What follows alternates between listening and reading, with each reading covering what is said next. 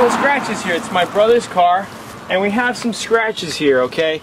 And he's limited on tools. I'm here at his house, and he doesn't have a professional style buffer. He doesn't have just all around auto body tools like I do, okay? So we're just working with what we have.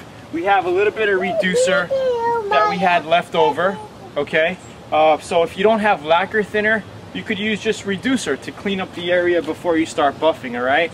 So we're gonna put some reducer on a rag, clean this area up. First step is just cleaning the area, and if you have some excess paint on it from the scratch, because we don't know how the scratch occurred, could have been by a key, could have been maybe a car bumping into it, you get scratched. You always want to clean it, because sometimes a lot of it will come out just from your reducer, okay?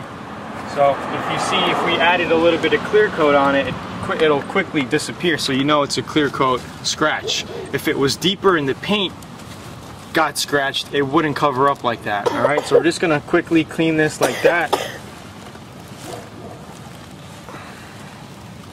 Now we're going to try it with our Turtle Wax polishing compound. I like to use 3M, the perfected stuff that you see me use in all the other videos, but let's just try it with this, see what happens. The number one important thing is make sure not to burn your paint, okay? That's the number one thing. And make sure you don't hit like some of these edges of this to your paint surface. Make sure you keep it flat, because we're not using a original type of standard polishing buffer, you know, a professional polishing buffer. It's going to be a little different. We don't have as much cushion as we do, okay? There's no padding around the edges here, okay? If you look at it, it's just simple, just like that, okay? You can see our pad. Alright, so I'm going to start.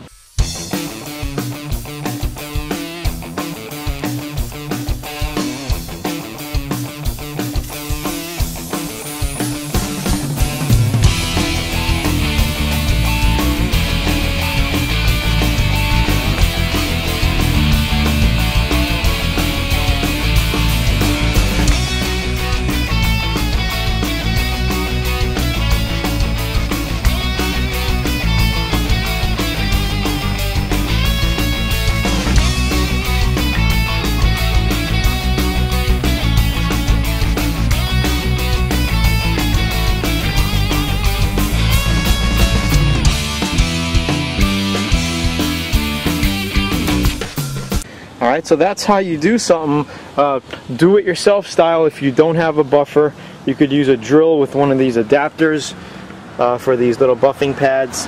But I highly recommend it if you're going to be doing a complete project or doing something for a business, or a buffer is going to cost you about $100 to $150 for a good high quality buffer. And pick up a foam pad, a wool pad, and some good compound, alright? And you'll be repairing scratches like nothing, and you'll be in business. It'll be a lot easier than this process with the right tools.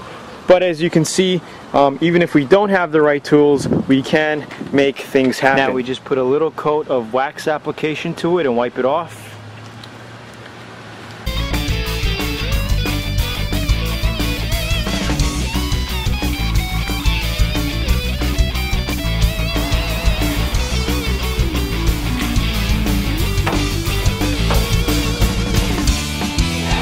Okay, so if you remember, we had scratches up in here and all along this side, about 8 inches worth.